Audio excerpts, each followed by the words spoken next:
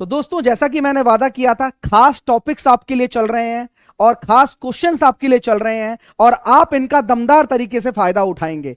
और ये जो मैं आज कराने वाला हूं ये आपके पेपर में बिल्कुल आने वाला है मेरे भाई। तो आप सभी छात्र इन सवालों को छोड़ना मत और डिट्टो तरीके से इन सवालों को पॉज कर करके बनाओ आराम से, ठीक है। और आप लोग हमारी एप्लीकेशन से नहीं जुड़े हो तो हमारी एप्लीकेशन को भी डाउनलोड कर लिया करो यार, लाइक और शेयर कर दिया करो, मतलब इसमें रेटिंग दे दिया करो प्यारी प्यारी, क्योंकि कंटेंट अगर आपको हमारा पसंद आता है, हम मेहनत करते हैं तो किसके लिए करते हैं, बच्चों के लिए करते हैं। आप यहां पर अपना 5 स्टार दो यार, मजा आएगा, आप भी खा लेना हम भी खा लेंगे।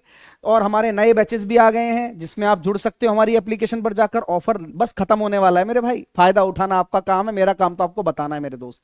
नए बैचेस प्राइम बैचेस है, 200 दिन का चैलेंज है। मैंने इस बार कोर्स नहीं लेकर आया, मैं सिलेक्शन का सिस्टम लेकर आया हूं, और ऐसा सिस्टम जो आप लोगों के लिए सिलेक्शन करवाएगा। समझ रहे हो मेरी बात? तो आप मेरे साथ पढ़िए क्विक ट्रिक बाय साहिल सर एप्लीकेशन पर। बिगनर्स भी इसको ले सकते हैं, बड़े बच्चों में डाउट है, ठीक है। आप रेलवे कंप्लीट प्राइम बैच में सारी सब्जेक्ट्स आपको मिलती हैं 999 में मात्र, और 1.5 साल की वैलिडिटी आपको मिलती है। और आप इस ऑफर का फायदा उठा सकते हैं, मैथ रीजनिंग कॉम्बो ले सकते हैं, मैथ का अलग से ले सकते हैं। जो भी बैच अभी ले लोगे उस पर आपको ऐसा जिंदगी में दोबारा ऑफर नहीं दूंगा मैं, क्योंकि आता ही नहीं है, तो लॉन्चिंग ऑफर है। आप 10 तारीख से बैच शुरू हो जाएगा आपका, आप आनंद उठाइए, ठीक है मेरे भाई। अब क्या ही बच्चे कहते हैं सर मैंने तो ये ले रखा है मास्टरी, मैंने तो 100 डेज ले रखा है प्राइम में। तीनों में मैं अंतर स्पष्ट कर देता हूं। बैच कौन सा बेस्ट है?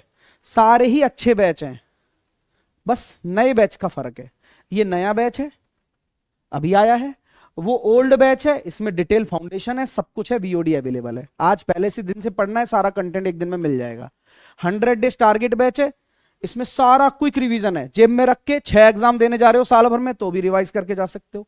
तो काम ऐसा किया हुआ है मेरे भाई। और प्राइम बैच ऐसा सुपीरियर बैच बनाऊंगा, 200 दिन का चैलेंज है भाई, कुछ नया आपको भी मिलेगा और कुछ नया मैं भी करूंगा आपके लिए। तो सब कुछ अच्छा है, आप जो लेकर तैयारी शुरू करो वो लेकर तैयारी शुरू कर सकते हो, ठीक है मेरे भाई। नीचे इसकी पीडीएफ में डलवा दूंगा, और नीचे इसकी पीडीएफ में डलवा दूंगा, और आप बस आप आनंद लीजिए और सवाल को अच्छे तरीके से बनाइए, हर एक चीज को, ठीक है।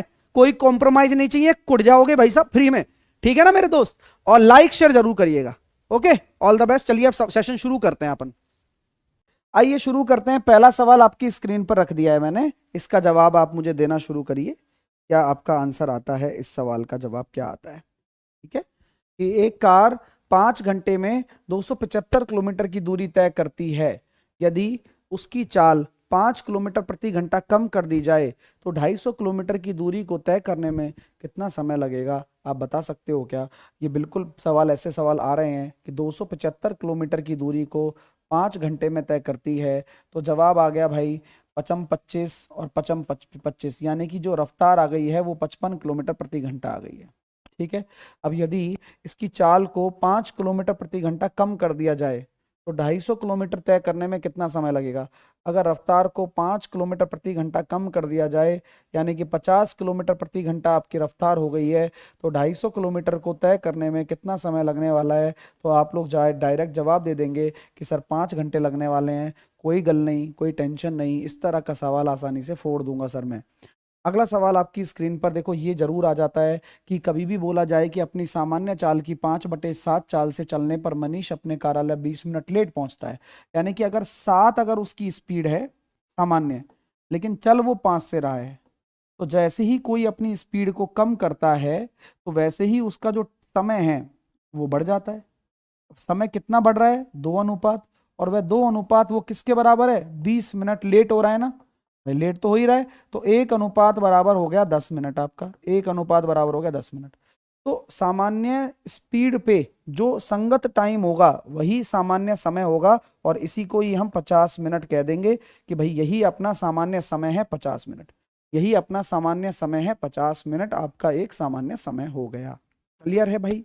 अगला क्वेश्चन देखिए, इसी इसी तरह का सवाल है, बढ़िया सवाल है, पूछा गया है आपके पेपरों में ही, और ऐसा सवाल दोबारा भी रिपीट हो सकता है कि कार की स्पीड हर घंटे 20% कम होती है, प्रति घंटे 20% कम हो जाती है, ठीक है। कार की एक तय दूरी 4 घंटे में तय हो जाएगी, तो कार अपनी मूल गति से चलता है तो वह कितनी देर में होगी? देखो ऐसा है, माना उसकी स्पीड मैंने 5 मान ली, 5x मैंने मान ली भाई, और मान लो चलो। अगर मैं ये कहना चाहता हूं कि 5x उसकी ओरिजिनल स्पीड है, 5x उसकी ओरिजिनल स्पीड है, तो उस ओरिजिनल स्पीड से समय कितना लगेगा, यही पूछा गया है, कितना समय लगेगा। लेकिन दूरी तय हुई कैसे है कि पहले 5x थी 1 घंटे के लिए, फिर क्या कर दिया 20% कम हो गया, तो फिर 4x हो गई अगले घंटे के लिए, फिर 20% यानी कि 3.2x हो गई अगले घंटे के लिए, फिर 20%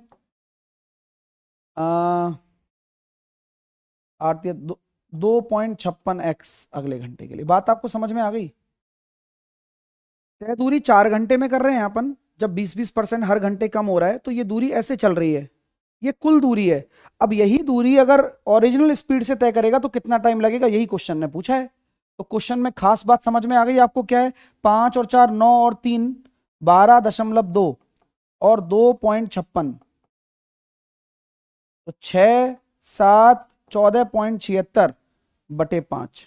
तो आपका जो समय आ रहा है 14.76/5 को हम लिख देंगे 10/2।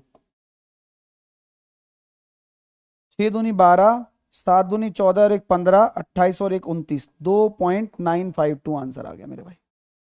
दोस्तों गजब का सवाल है। चलिए आइए, एक कार 12 किलोमीटर प्रति घंटा की चाल से चलती है और प्रत्येक 1 किलोमीटर पर 7 मिनट के लिए रुकती है, तो 6 किलोमीटर की दूरी को तय करने में समय कितना लगेगा। देखो स्टॉपेज वाले सवाल काफी आ रहे हैं कि वह हर 1 किलोमीटर पर 7 मिनट के लिए रुक जाती है। क्या हो जाता है, हर 1 किलोमीटर पर 7 मिनट के लिए रुक जाती है। तो मेरे प्यारे प्यारे दोस्तों, आप जानते हैं कि 12 किलोमीटर 1 घंटे लग रहे हैं, 6 किलोमीटर के लिए कितना टाइम लगेगा, आधा घंटा यानी कि 30 मिनट।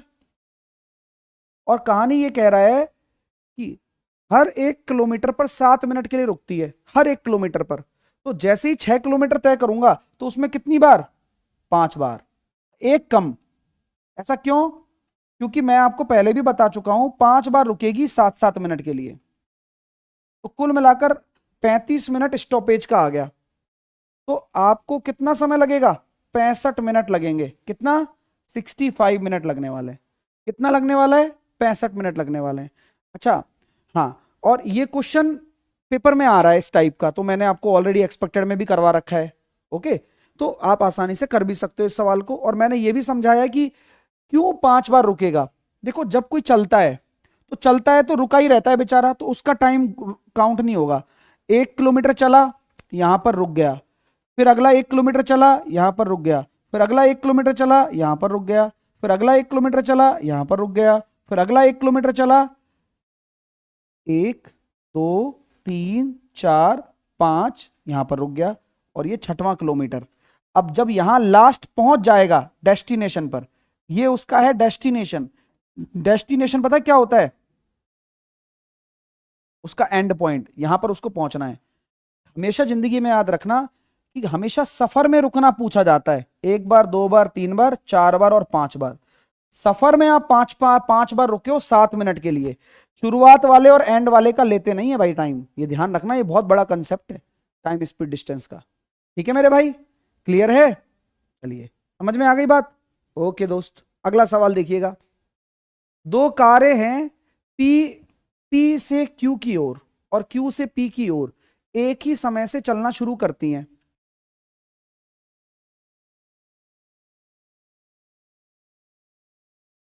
दो कार हैं,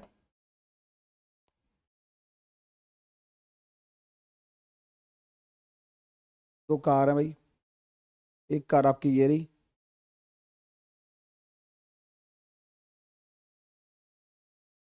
ये पी है ये क्यू है। रास्ते में एक दूसरे पर मिलते हैं, मिलने के बाद 16 घंटे लग रहे हैं और 25 घंटे लग रहे हैं। अगर मैं कहूं speed of car P, speed of car Q जो बराबर हो जाएगा वो हो जाएगा टी क्यू/T1। इसका मतलब आपका जो दूसरा वाला टाइम है 25 का 5 और 16 का 4, तो दोनों की स्पीड का रेशो आ गया। अब पहली कार की चाल अगर 20 है, मतलब जो भी पहले पी से चल रहा है जो, तो दूसरे वाले की कितनी हो जाएगी, 16 किलोमीटर प्रति घंटा। अच्छा सवाल है। हाँ चलिए देखिए, सवाल देखिएगा। एक ट्रक 60 किलोमीटर की चाल से शहर पी से क्यू तक यात्रा करता है और उसी मार्ग में 100 किलोमीटर की चाल से शहर पी तक वापस आता है, तो एवरेज स्पीड कितनी हो जाएगी? जब दूरी समान होती है तो 2xy और x प्लस वाई लगा देते हैं। 0 से 0 काट दिया, 4 से 4 बार काट दिया, 4 से 15 बार काट दिया, 4 से 5 बार कट गया, तो 15 5 75 आपकी औसत चाल हो जाएगी। औसत चाल का फॉर्मूला होता है 2xy upon x plus y, 2xy upon x plus y. ठीक है, आप एवरेज स्पीड आसानी से निकाल सकते हैं जब एक स्पीड दे रखी हो और आने वाली स्पीड दे रखी हो, डिस्टेंस कांस्टेंट हो। अगला सवाल देखेंगे। रवि अपने गांव से कॉलेज 5 किलोमीटर की चाल से जाता है और 4 किलोमीटर की चाल से वापस भी आ जाता है और कुल मिलाकर 9 घंटे लगते हैं। जब कभी भी टोटल टाइम आपको गिवन हो तो निंजा टेक्निक लग जाती है दूरी निकालने के लिए। निंजा टेक्निक कितनी प्यारी है कि जो दोनों स्पीड्स हैं उनका मल्टीप्लिकेशन ले लो, अगर टोटल टाइम दिया हो तो दोनों स्पीड का सम ले लो, और टोटल टाइम कितना है 9, केक कट गई तो आंसर आ गया 20। और 20 क्या है दोस्तों? ये वन साइडेड दूरी है। क्या है? एक तरफा दूरी, वन साइडेड डिस्टेंस।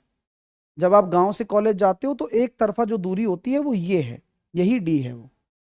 ठीक है, हाँ देखिए करके दिखाइए भाई।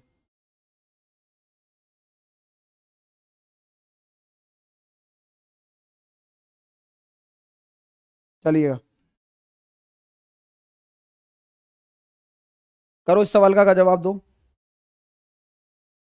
एक कार 80 किलोमीटर की दूरी को 20 की चाल से और अगली 40 किलोमीटर की दूरी को 30 की चाल से, तो औसत चाल कैसे निकालेंगे? औसत चाल होता है कुल दूरी 80 प्लस का 40 और कुल समय 80/20 और 40/30। कुल दूरी कैसे निकालेंगे भाई? 120। कुल समय कितना हो गया?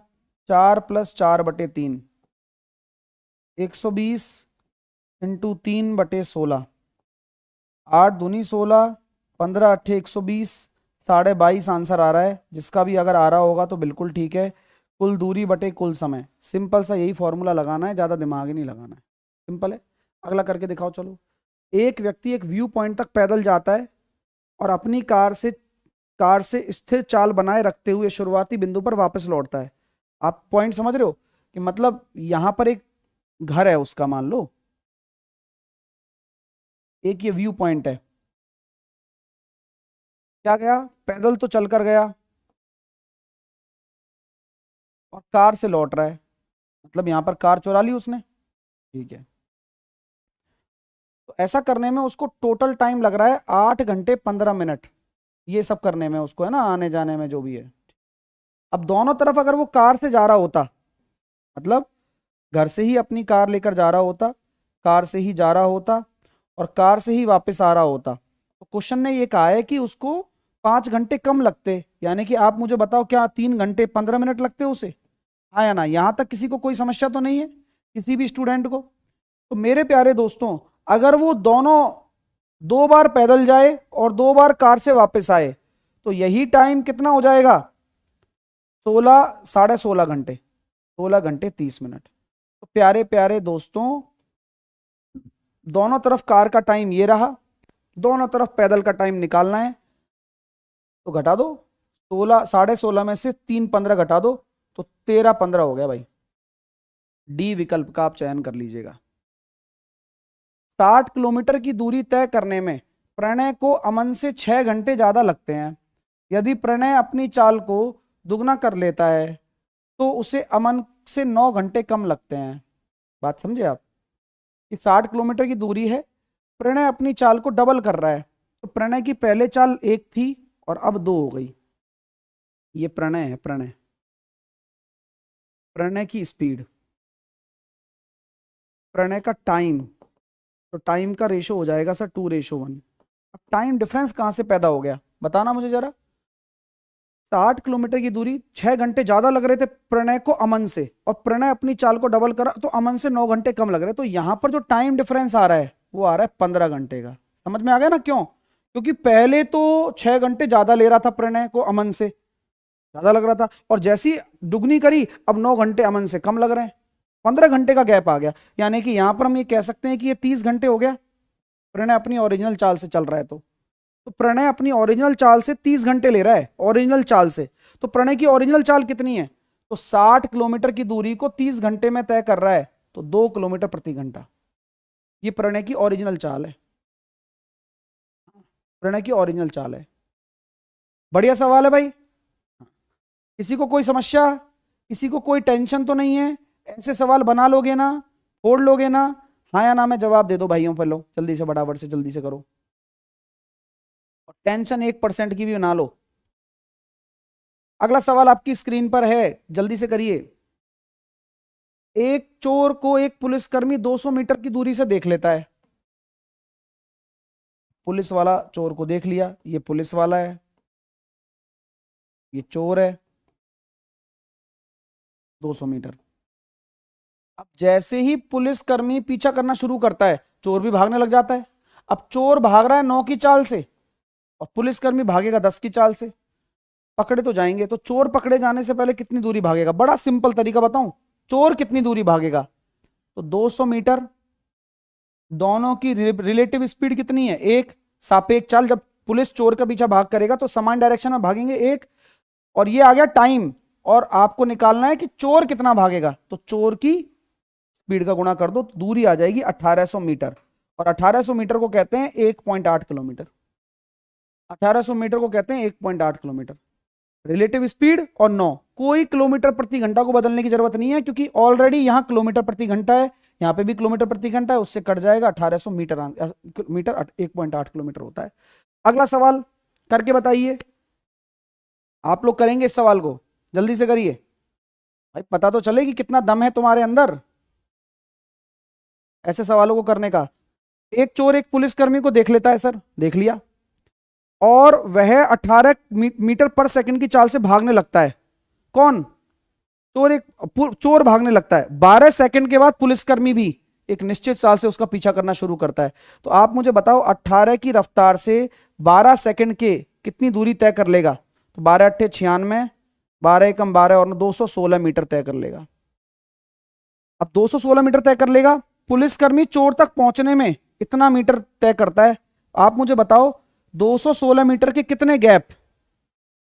देख लो, 4 गैप हो गए, 4 गैप हो गए, बस बढ़िया है, यहीं पर खेल खत्म हो जाता है। देखो आपने ये कहा सर 216 मीटर तो पहले ही खड़ा है वो, हाँ सही बात है। तो क्वेश्चन में ये कहा गया है कि आपको पुलिसकर्मी की चाल निकालनी है।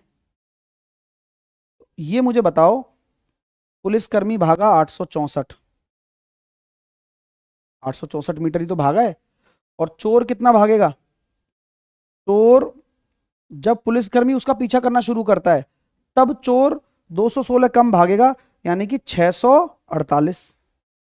तो ये दूरी का रेशो है। तो मैं इसको काटूं तो 4, इसको काट लेते हैं अपन, 216 से काट लेते हैं 3 बार, 216 से काट दिया मैंने 4 बार। किसी को कोई दिक्कत?